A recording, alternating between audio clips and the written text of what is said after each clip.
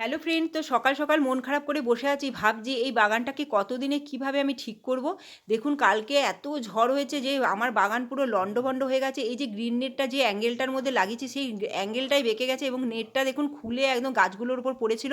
এবং বোগনভিলিয়ার কোনো গাছের টব বাকি নেই যে পড়ে নেই, সমস্ত গাছ একদম হেলে গেছে এবং ফুলগুলো সব ঝরে গেছে। আর এখানে দেখুন বড় বড় জবা গাছ, তারপর নাকচম্পা গাছ সমস্ত হেলে হেলে পড়ে আছে। আমি যে কি করব বুঝে উঠতে পারছি না। তারপরে দেখুন টেকোমা গাছে ফুল শুদ্ধ একদম হেলে গেছে এবং ফুলগুলোও অনেক ঝরে গেছে। আর এই দেখুন, বললাম না বোগনভিলিয়া কোনো টব বাকি নেই যে পড়ে নেই। এবং তার সাথে সাথে গাছগুলো মাটি থেকে একদম উপড়ে উপরের দিকে উঠে এসেছে, সেইগুলোকেও আবার চেপে চেপে বসাতে হচ্ছে। এইগুলোকে আমাকে ঠিক করতে অন্তত ৪-৫ দিন তো সময় লাগবেই। তারপরে এখানে দেখুন আমার যে সূর্যমুখী গাছ আছে সেই সূর্যমুখী গাছগুলো একদম হেলে একদম পুরো চিড়ে চিড়ে গেছে। আর এর তলায় একটা গোলাপ গাছ ছিল, সেই গোলাপের কাঁটাটা ফুটে আমার হাতে পুরো দেখুন রক্তই বেরিয়ে গেছে। এই যে সূর্যমুখীর ডালগুলো সব ভেঙে ভেঙে গেছে, এগুলোকে আর রাখা যাবে না, এগুলোকে তুলে তুলে ফেলে দিতে হবে। তো আপনারাই বলবেন কি করা যাবে।